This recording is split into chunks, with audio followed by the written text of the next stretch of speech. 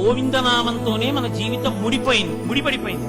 కొండెక్కితే Govinda, bus ఎక్కితే Govinda, bus దిగితే గోవింద, తలనీలాలు ఇస్తే గోవింద, దర్శనానికి వెడితే గోవింద.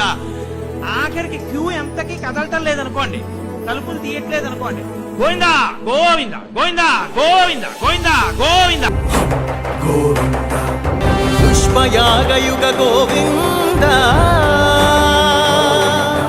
పుణ్య ప్రపూర్ణ గోవింద